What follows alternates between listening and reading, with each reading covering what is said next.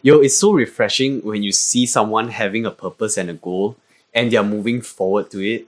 Think about it, right? We live in a time where information is so easily accessible. You can learn anything. You can just have a phone and a microphone, and we're doing this podcast. People's lives, personal lives, are as public as it gets. Like, it's never been this public ever. Agree. And like, let's just talk about just social media itself, right? You see what people want you to see. People want you to see what they think is the best version of themselves. Correct. Sometimes it doesn't actually paint an accurate picture of how they actually are, but it only highlights the best things about themselves. I know people who are just like depressed and anxiety inside, but of course their feed looks good because they have beautiful pictures. But what's the point if you're not happy, What's the point if you're working in a job that you fucking hate, but you have a high salary and you can live that lifestyle? Hey man, it's easy to say that, but other people, they come from different positions. Probably they got a shitty roll of the dice. I mean, that shit's not easy, man. What you're dealing with every day, day in, day out, is you're comparing yourselves to the lives of other people that... the highlights. The highlights of other people's lives. You see them as how they want you to perceive them as. So that's hard, man. It's not easy. It's not easy, man. You gotta have mental fortitude. You never know, dude, until you're in the shoes. Correct. I'm not gonna sit here and pretend like I'm gonna give advice on shit. But no, I just think it's support, man. So if I can't give advice, probably I can give support. Yeah, spread love, spread positivity. You fucking hippie, dude. Yeah, I know, right? Peace and love, dog. Peace and love. What do you know about imposter syndrome? That term gets thrown around every now and then. I mean, what do you know of imposter syndrome? If you're starting out something new, or if you're really good at something, and people look to you for opinion, right? Yeah. And people come to you and be like, hey, what's this? And you tell them, right? But in the back of your head, you're kind of not sure about it yourself. It's like when you're giving advice to someone, maybe you're just doing your profession, and you're giving advice to someone, and then you're thinking, is this guy actually asking me for advice based on my experience? Like, am I actually the right person? Yeah. That person should be asking for advice, Like doubting your own capabilities because either you know the real extent of it, or because you learned it from different sources. Where does that stem from, though? Like, I feel like the reason why... I had it once before. Once? I have it every second, dude. No, not every second. Maybe when I became more mature enough, then only I have it. And I think it's completely normal, dude. Right. I'm a fucking dumbass, by the way. So it's just my opinion. Me too. I'm a fucking dumbass, by the way, and just giving my honest opinion. Yeah. So I think where it stems from is because you haven't actually reached where your standards are in your head. Yeah. That's exactly where it stems from. And probably after you do reach that point, even if you do reach that point where you exceed what you expected, you might still, get that shit. It's like there's a saying, right? Yeah, like, what's up? That the problem with the world is that stupid people are just so full of confidence, whereas the smart people are doubting themselves too much. Because smart people knows the real extent of things. Mm-hmm. That's why they think like, shit, maybe I'm the wrong person to ask because there might be someone better with better knowledge, better experience that you can ask. Yeah. I had it early in my career as well because like I came from a food tech and nutrition background, but I was doing digital marketing for my first internship. Okay. Yeah, and I did sales and all that stuff. And people come to me for advice and I'm like, shit. I'm just a food tech guy, bro. Yeah, just a food tech guy. Like everything I learned is from the internet and books. So like, fuck. I think it's a really good doubt to have in your mind as well. It's a reality check. They always say like the smartest person in the room is definitely not going to be the loudest person in the room. Oh yeah, for sure. But whether everything he's saying is 100% of it, because who the fuck knows? I think exactly. Because I think for me, a smart person hold his cards to his hands. He doesn't reveal everything yet.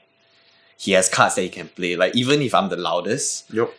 But there are some things that I am purposely loud, maybe because I want to create an impression of myself. Not gonna lie, I kind of lost you a bit. Okay, sorry. Lost like Donkey Kong. Nah, it's alright. Just my honest opinion, and I just enjoy having a chat with Ben. Oh. And you guys. You're the most important one. Honestly, you know what I want to have? Like, what? I have close Malay friends. Oh. I have close Malay friends, but not close Malay friends that I actually speak to in Malay. But I would like to have a Malay friend where I have to speak to them in Malay so that I can actually brush up on my Malay. Yeah, you worked at H&M. Most of your colleagues were Malays. Yeah. So we spoke Malay there. Yeah, it must be a fun time, dude. Oh, yo, I still remember we both have to work at the dressing room, right? Yeah. I was in the women's department under Hannah and Moritz, Yeah. H&M. Oh, I don't think anyone knows that. Man. Maybe it's just me, but Yeah. I never knew that, dude. Yeah, I worked at Zara. Fun fact. Oh shit! Yeah, so we both had retail experience. Right. Yeah, tell me about it. No, So, but like, yeah, I was with this guy who's like 35 and stuff. yeah. Yeah, so I'm not gonna say names, but he was previously addicted to crack and meth. Yeah. So for him, this is a fresh start, right? Yeah. We were both in the dressing room, Yeah. packing like clothes that, like, all those girls when they're done dressing up, they just throw the clothes, then we just fold it and put it back out again. Yeah. And this girl comes in with very well endowed chest area. Yes, and she throws Huge her stuff. knockers. Yeah, huge knockers. Yeah, sure. So she literally throws like her stuff down and then like she walks out, right? Mm-hmm. And then my Malay colleague, I never heard him spoke a word of English before, and he turned to me and he said, "Big titties." That's the first two words I heard. Okay. I can imagine it. I can imagine. Big titties. Yeah, my dad probably heard that. It's all good. And yeah, but aside from that, I was speaking half the time in Malay. Dude, but that's real good, man. Like you're not gonna learn the language until you're. When do I speak Malay? I speak Malay When you when have I have to buy food. That's literally it. When I have to buy food or when I'm engaging with someone, like a Malay guy working at a shop or something. right. That's the only time. But it's different. It's a different level when you're actually hanging out with someone, and then you get to talk about more topics and shit. And that's when you really brush up. I like to get those like mixed rice. So there's this like a few Malay ladies. They have a stall, like a van. And then they sell those mixed rice, Malay rice.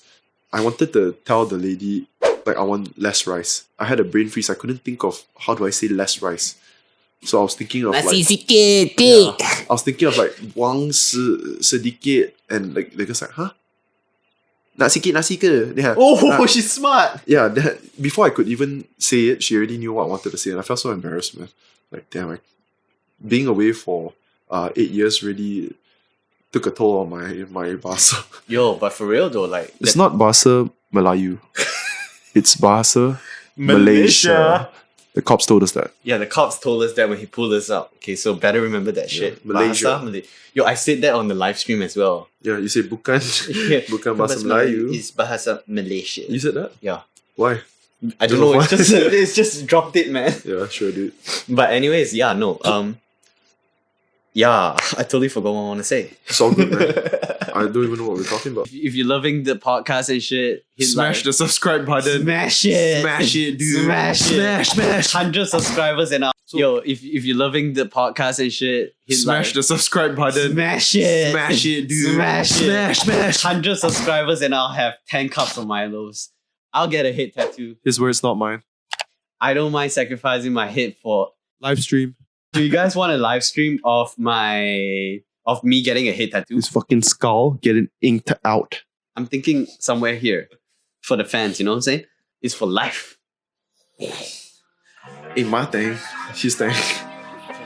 I'm missing my homies, I'm missing my oldies, my brothers, my cronies. We all went to court, but before only courts that we knew were the ones where we were shooting three, selling Kobe. To a legend, rest in peace to the old me, rest in peace to my brothers, rest in peace to my whole team.